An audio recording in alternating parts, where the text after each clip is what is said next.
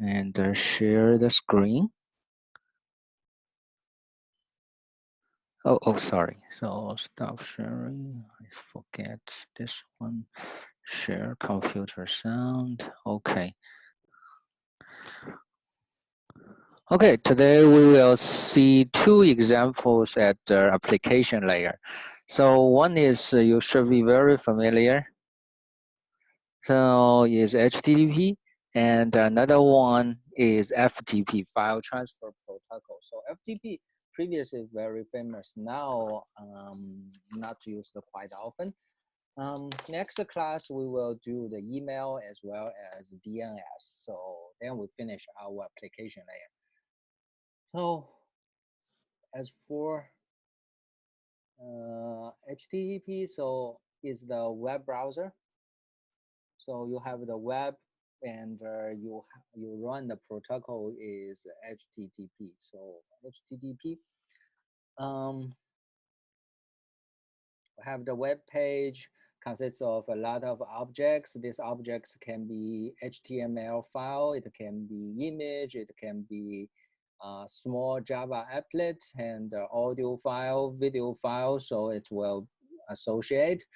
And how do we organize it? We will do is based on the HTML. We have the base HTML file, and then we have base one, and then we have several reference objects.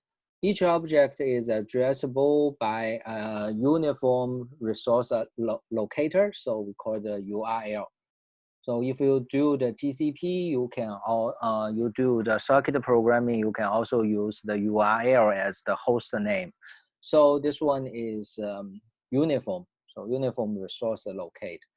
So we look at this uniform resource locator, you will see that the first portion usually start with 3W. It tells the system that you want to do the HTTP. So it's the web, 3W actually means you want to do the web, right? You want to do the web. And this one is the host name. Actually, this means you want to access which computer you want to access. Usually we call it those computers, not computer, we call it a server.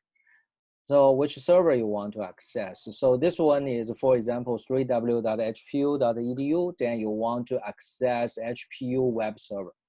So web server. So this is the web server you want to access. Then you can treat it like a normal computer, right? This is just like a computer name. Previously, you have your own computer name. So this one is the computer name. And then remaining one is the parse name. So the parse name looks like if you're familiar with Linux, Unix, or Windows, even you do the Windows one, you look at, you try to find one file, then it will be quite easy. It's organized like a directory, right? It's put in some directory, and then it's the name of that file. So this is the same thing as you look at your file at your own computer. So these days, our web stuff is not only do the parse name, you can also have certain kind of, we call it abstract name. So it looks like the key and the value, key and the value. So to represent certain, what kind of file you want to access. So this one is advanced web and the URL. You can look at, you can search advanced URL, then it will be there. But normally at the beginning, the first version is like the computer plus the parse name. Okay, so when we deal with HTTP, usually we do the client and the server based stuff, right? Last class we say that there's two architecture. One is the client and the server. Server is always on, and the client is the active socket, right? Create an active socket, connect to the server and get the information. So HTTP hypertext, oh, I forget to give the full name. So HTTP means Hypertext Transfer Protocol, HTTP. So it's here. So Hypertext Transfer Protocol. And this protocol is based on the client and the server. Usually client will send a request to the server to request a certain kind of object. So it may be a video, it may be audio, it may be file. So send a request and the server responds to this request, and then the client receive this the information and display the web objects. So the display, usually you will have a web browser, right? You have IE, you have Firefox, you have Google Chrome. So this is the web browser. Okay, so this is the whole procedure. So the HTTP request, then the server give the response. Okay, the server is always on. The client can come and go. So it use the HTTP. So it can be a normal computer, run Firefox, or it can be an iPhone or smartphone to do its own browser. So browser doesn't make any hard problem because this server, we follow the same protocol, so it should be no problem. Okay, what is the things associated with HTTP? So this is the fundamental thing. Now we will look at what is the HTTP, what's the issues with the HTTP, what we should consider in HTTP. So the first one is we consider HTTP, the first version, we consider it as stateless things. Okay, since we transfer the object, especially for certain file, I want to make it reliable. So HTTP, the first, for the transport layer, it uses TCP, transport control protocol, not use UDP. So, and its common port will be 80. So sometimes you will see 8080. So the same for the web browser.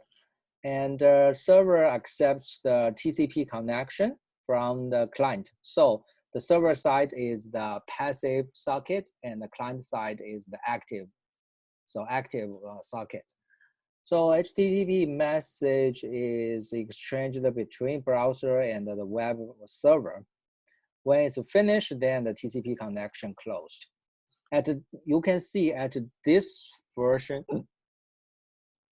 since the TCP connection closed and no information is stored, so the protocol is stateless, means it's not related to the previous information. So this one is the stateless. And the most thing we say that, okay, the HTTP will do the request and the response, right? So let us see, the first is the request. So request version. Request, actually the first one, the first line is try what, use the keywords called get. Sometimes the keywords can be get and post or head. So this is three things I will discuss later in the next slide. And here is what is the object I want to get. So here is I want to get, since it's index.html, probably this one means this is the base HTML. So I want to get base HTML. Oh, HTML. Okay, and next one is the protocol I run at my browser side. So it's to say that I run is 1.1, HTTP 1.1. So this is a kind of print, so characters. Okay, then we have, this is the request line. So the keywords, based which object I want to get, and what is the protocol I use. Okay, the next one is what is the host. So previously in your URL, so here I want to get is picture.gif. So this one I want to get. And then I should tell the system who is the host. Okay, so this is the host. Okay, this is the computer, which computer I want to access. And what is my browser? So this time I use Firefox. And what kind of object type I can access, I can accept. So the client can accept HTML, any text file, so like TXT. So I can also get some hybrid HTML, XML. And then the next is the language, what language I can get and what is the coding systems. Okay, so this is the information. What is the character set I can accept? So this is the character side. So 1, 2, 3. And then I will keep alive 115. So this is the information, the code I submit. So 115, later we will discuss what is this mean. So this connection will keep alive, okay? So this is the whole thing to send the request. So, okay, so now we look at closely at get and the post. The post is kind of the web page often includes the form input. So the input is uploaded to the server in entity body. So you give the entire things. Entity body give the things. So this one is we do the poster method. And the URL method is I give the uniform resource locator. So use the get method and the input is uploaded in URL field of request line. So this one is the URL. Okay, so monkey is animal search, monkey and a banana. So this is advanced HTML URL. So it's not the parse name, so but it's just the kind of things, the key and the value. So key is animal search. I want to search monkey and I want to get a banana. Okay, so this one is the two things for uploading form input. And then if you do HTTP, the first version 1.0, it have get, post, and head.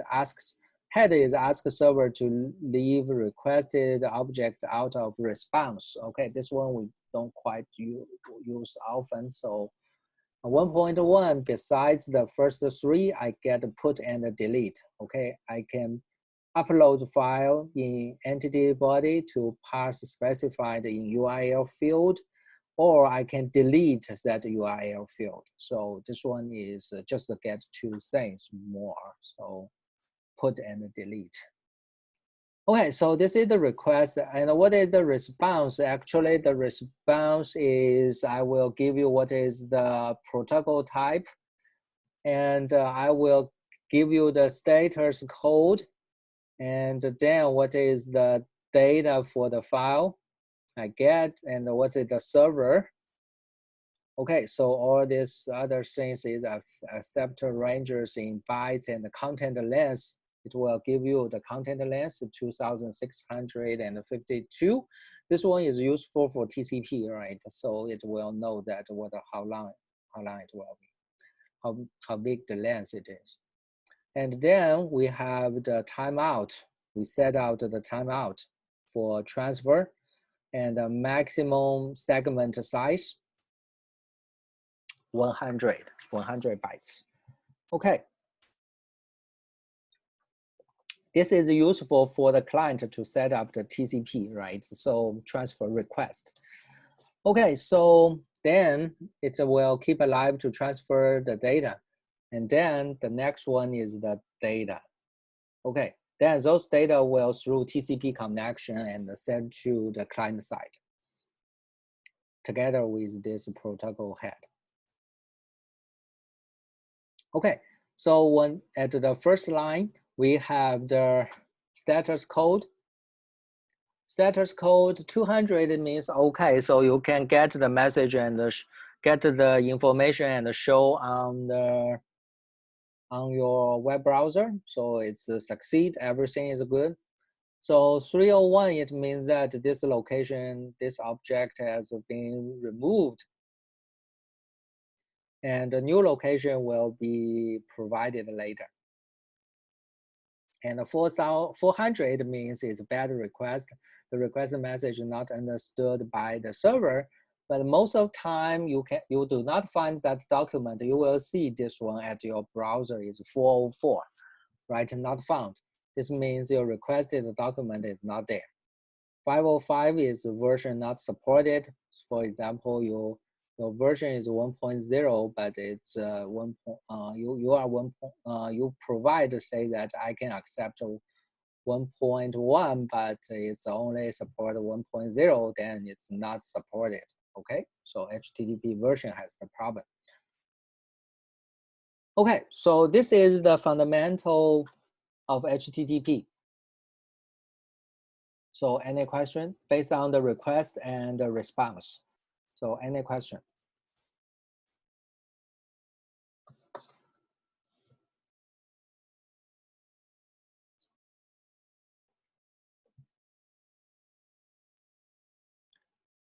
It seems quite straightforward.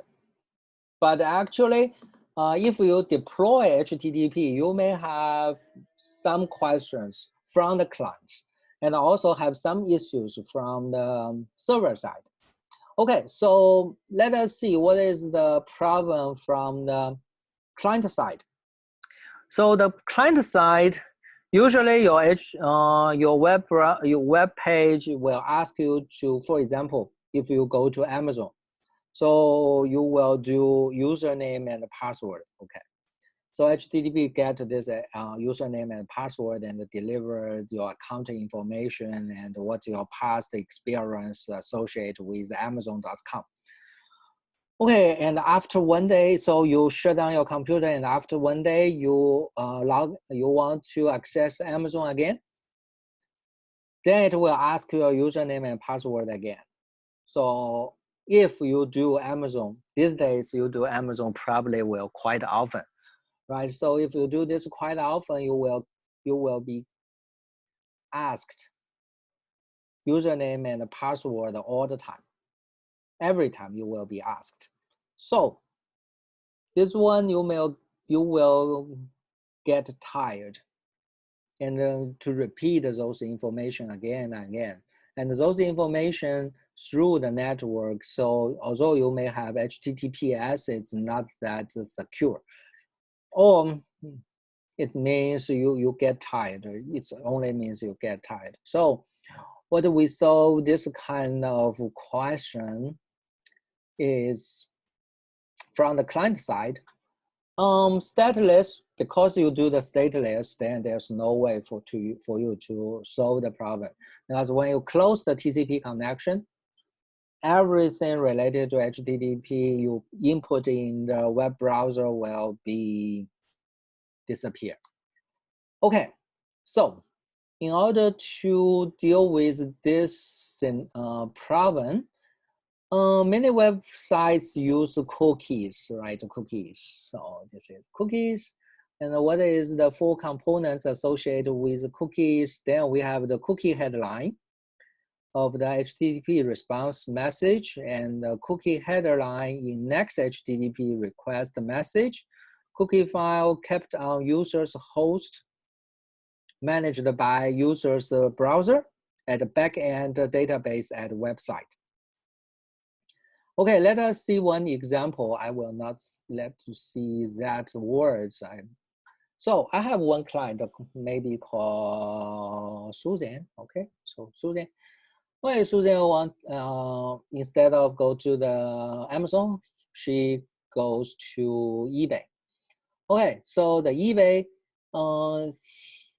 she will first do is I will say okay.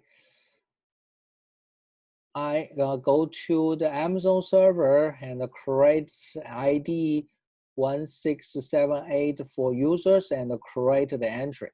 So this is the usual request message, but it will create one ID is 1678 and put into the server side at the backend database. So this is at the server side.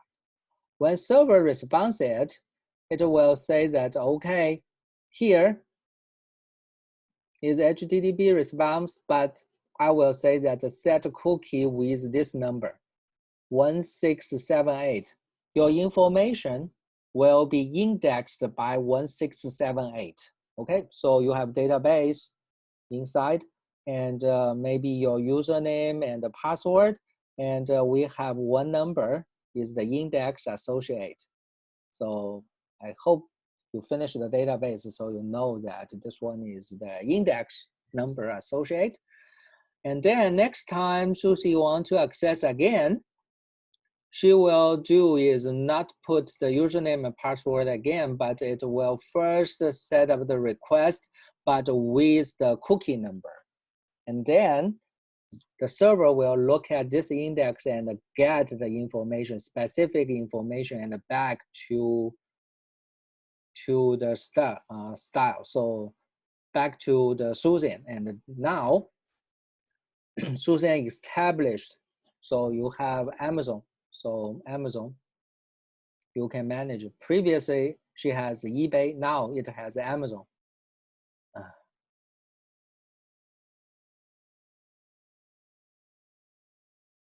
So now she has Amazon information stored at client-side web browser. Web browser have this information. Amazon website, the cookie number. This is actually looks like an index number. And then the backend side will have the entry. It may be associated with your username and password, or maybe just a username. It depends on how much you want to put in the cookie. And then 1 week later, Susan come back and to say that I want to access Amazon again. What it will do? She will say that, okay, I have this cookie number and what is the information associated with this cookie number? So the HTTP request will have those cookie number and this is specific action, so you can access your Amazon. So a lot of things can be stored as a cookie. For example, your username, password. Sometimes it also have the cookie information with your credit card information. It may have your past experience. So what kind of book or what kind of items you browse in Amazon, at Amazon. So this one is all associated with this cookie. So the cookie is maybe a very large. So how do I get, so this one is a good thing is it will speed up your experience, speed up when you access this web page quite often. When you access it quite often, then this one will speed up your access. What's the drawback for this one? Actually, I think most of you will feel that this one is not that secure, right? If I get your cookie ID or cookie number, so this one is not that accurate. That's why at HTTP, usually this one is one problem. So in summary, what is the cookie can be used for?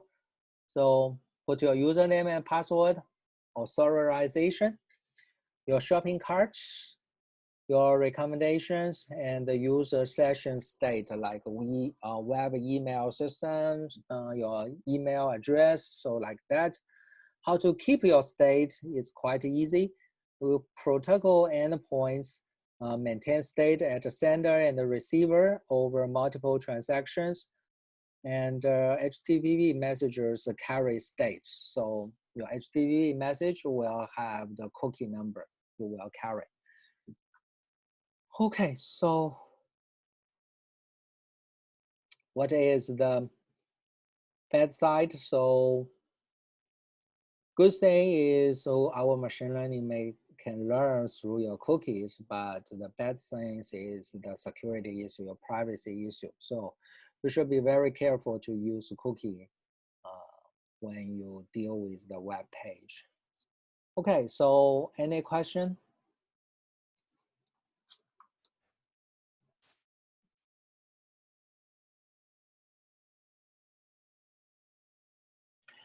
Okay, so far so good, right? So let us move forward. This is the client side.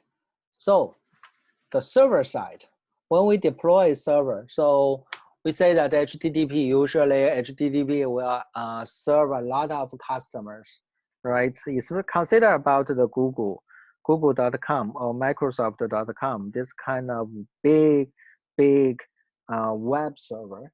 So this one will be served a lot. Also, there's a lot of things depends on your network link capacity.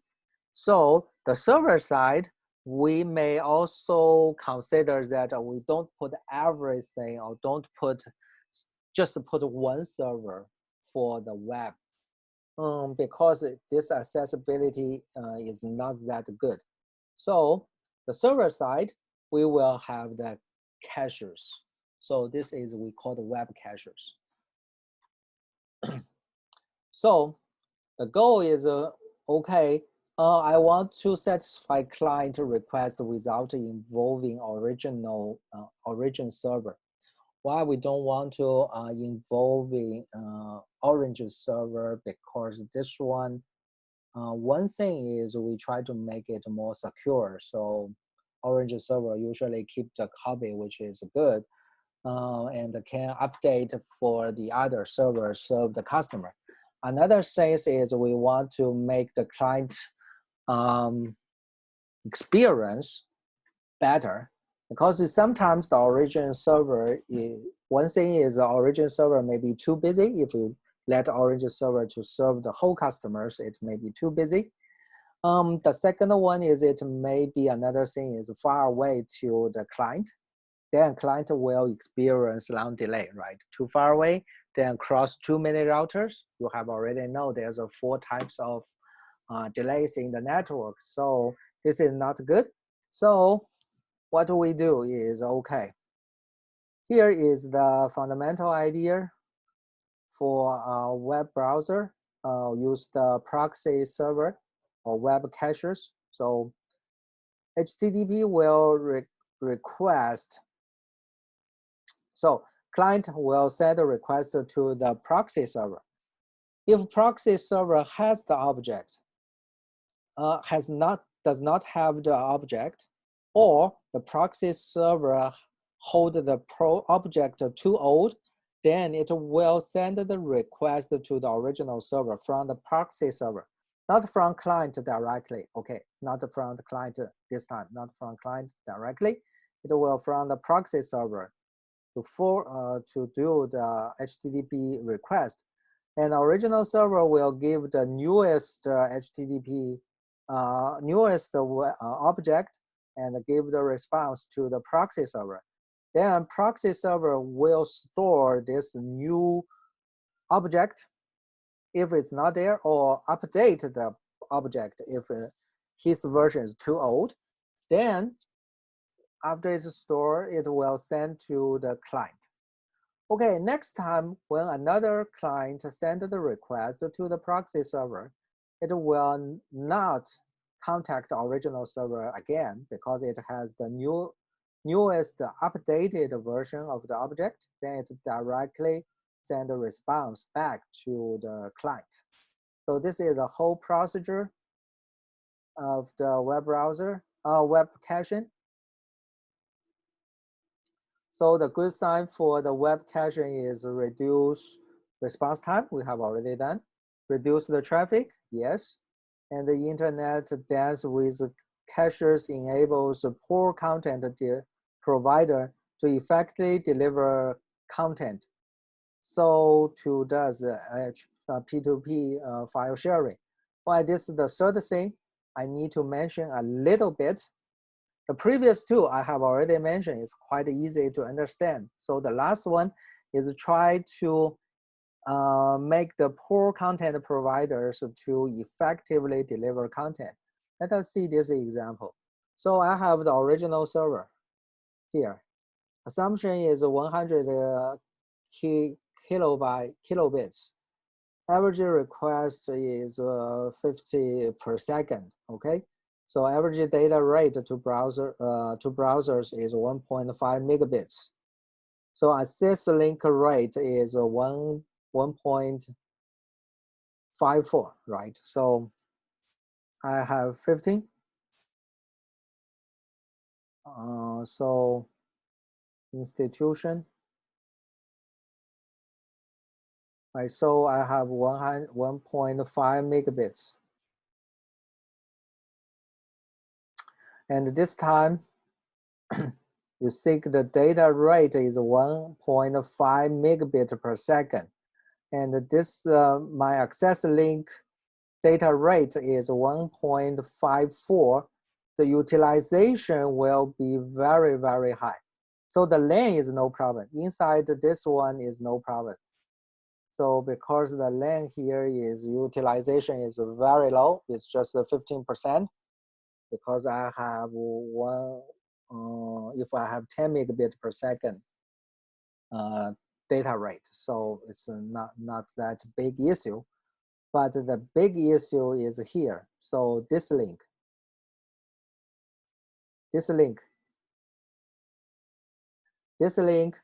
the data rate to the browser is 1.5 megabit per second.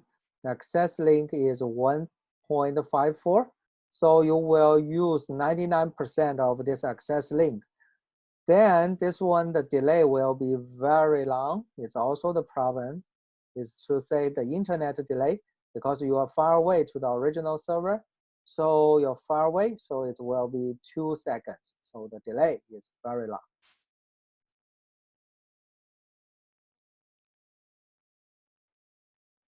Then the next scenario, is, okay, I put a 1 gig. So I have 1 gig line here, and I put the server.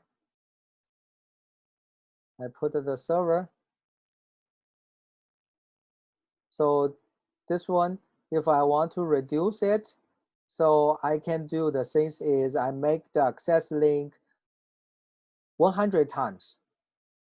100 times. So if I make it fatter, 154 megabit per second, good. My utilization can reduce to 9.9%. Okay, just a tenth of that one. Okay, tenth of that one. But the question is here, this one is quite expensive because my access link here, I change from 1.54 megabit per second. This is probably is a T1 line. And I do 100 times than that. Okay, so this one, I should pay a lot. So it's not a good solution, but it's a solution. I reduce the utilization. Can we do a little bit better? This is the big issue becomes the cost. So can we do it better? Yes. We can do like this. I put a local web cache. So then this is the original one. I update with the original server, but all the other guys will not communicate. Previously, it will communicate with the original server. This time, no. I will communicate, this guy will communicate with this cache. So the LAN utilization is still the same. And the question is, what is the utilization?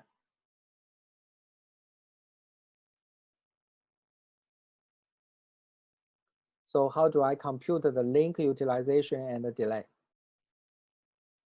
Okay, then we need to do a little bit math analysis. Suppose our cache hit rate is 0.4, 50% requests satisfied at cache and 60 requests satisfied at original. Then our utilization can be calculated is access link utilization is 60% of the requests use the access link. So access link is 1.5 megabit per second. So it will be, so the web browser I want to access is 1.5, but I only have 60%. So it will be 0.9 megabit per second in average. So the utilization will be 58%. better than 99%, but a little bit higher than 9.9%, right? So, and the delay. Delay is, the original delay is 2.01 and several milliseconds for the local delay. So because you just communicate with your cache, so it's around 1.2 seconds. Compare with the first, our calculation is 2 seconds plus several minutes because this one is too slow. Or it's 2 seconds plus some microseconds because this one is very big chunk. So internet delay is 2 seconds. So our current will be around 1.2 seconds. 1.2 seconds. So it will be quite good, right? Less than 154 megabit per second link and cheaper because you don't reserve very large access link. Okay, so any question about the cache?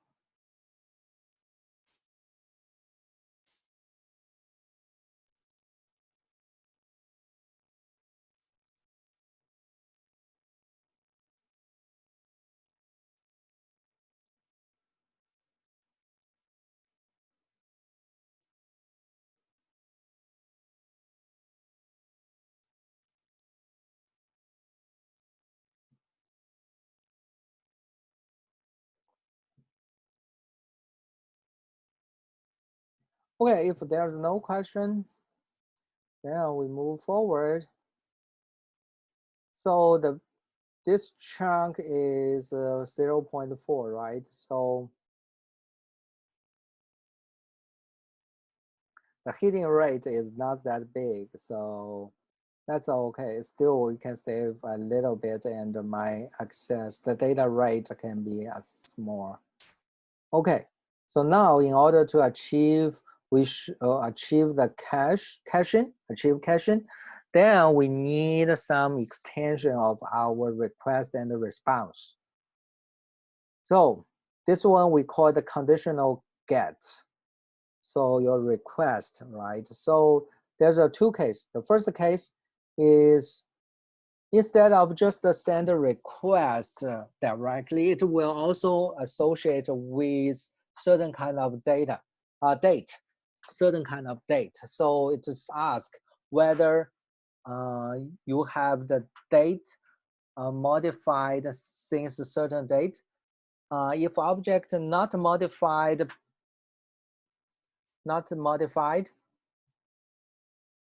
then it will say that okay, response say okay and not modified. So the server will, the proxy server will get the will give you the so here the client you can treat like the proxy server. This is the original server. So if it's not modified, then the proxy server will maintain all the stuff. So since it's not modified. And then if it's modified after a certain date, then the server will give the proxy server to say that, okay, it's already modified and 200 is okay. Then it will associate with data. So this one is the cache. So this is the implementation. So we need to modify the get in a little bit so that it will specify which date you want to look at. And if it's modified, then it will give you the new data. If it's not modified, then it will create one new state. This one is called 304. This means it's not modified. You can still use the old copy. This is the current updated copy. Okay, so that's all for web. So any question?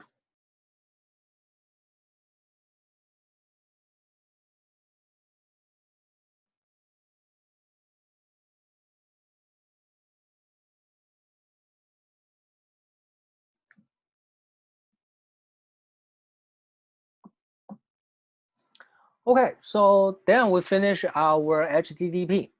Now this one is, okay, the fundamental one is stateless, and then you send a request and a response. So in summary, and then for the client side, we create the cookies so that it can store the state, so that for the next time you access the web page, you can do access quickly, and it will store a lot of information associated with the user. So it's the cookie.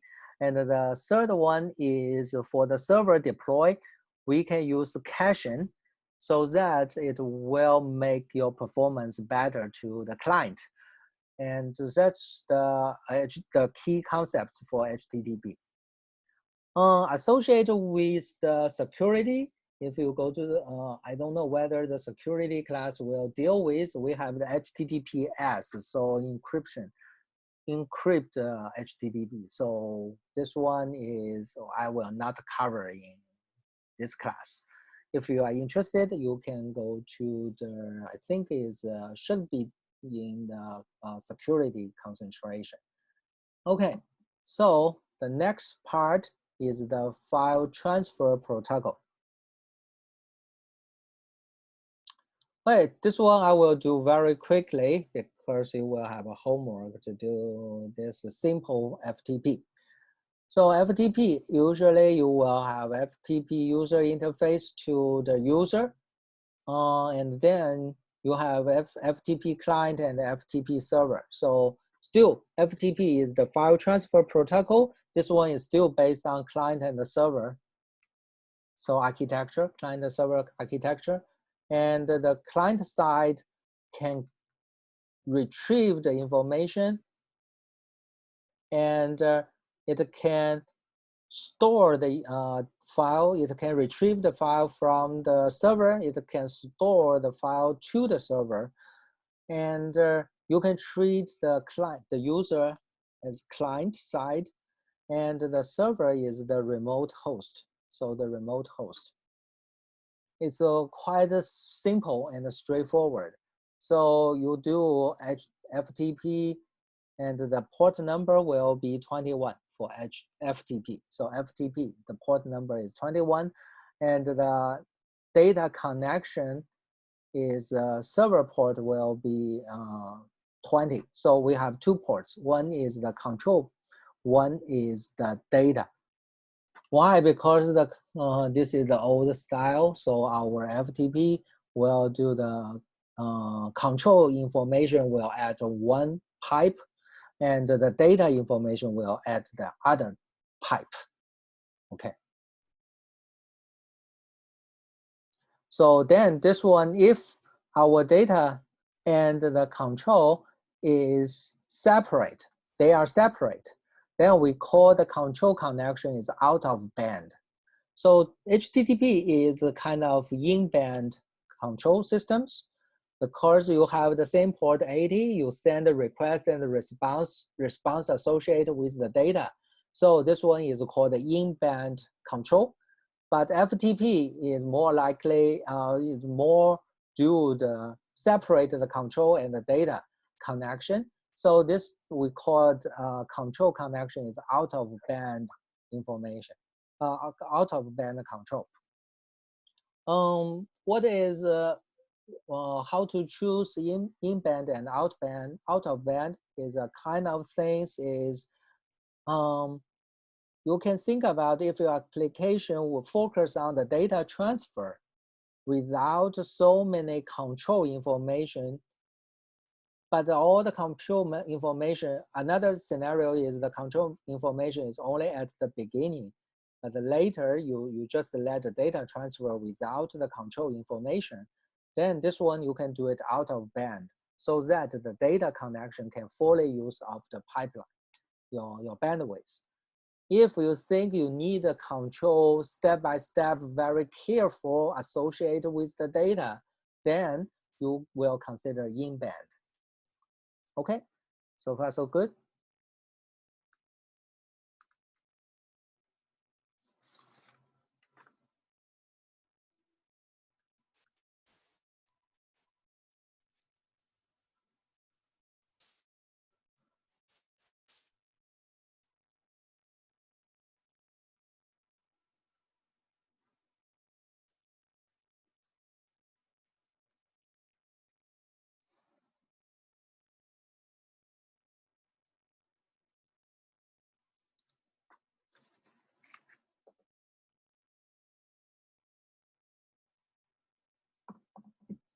Okay, so if there's no problem, then we will look at the status associated with FTP and the commands associated with FTP. So the sample commands usually is through the commands sent through the control channel. Usually you will have user, you pass in your username and password, and the list will show all the file lists in the current directory. So you treat your remote host like your own computer. So you list means you list the whole file at the current directory at the remote host. And then you can retrieve file name to get the file. And the store with the file name, you can store the file onto the remote host. And I think your homework 5,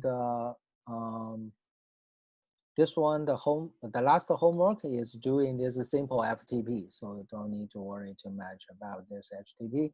And certain status associate is 331 is username is okay, password required. 125 is data connection already open, so you can transfer, right? Why I need this state? So for 125, because my control information is out of band. So I need specific status to show me that the data connection is okay. Data connection is okay. So this one you cannot see through the HTTP control status, but here you should have.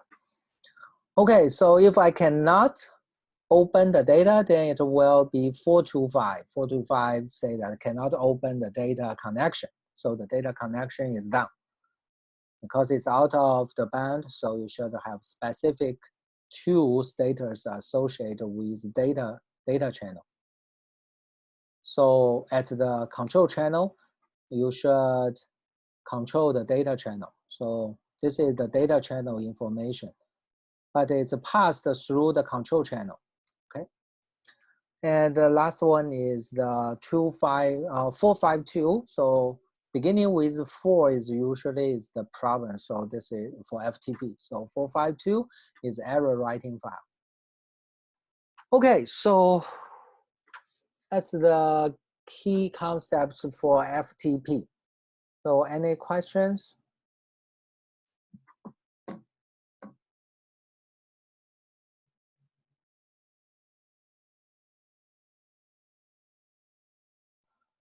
Okay, if there's no question, then I will stop at here for today's class for the application layer. Then the remaining things I will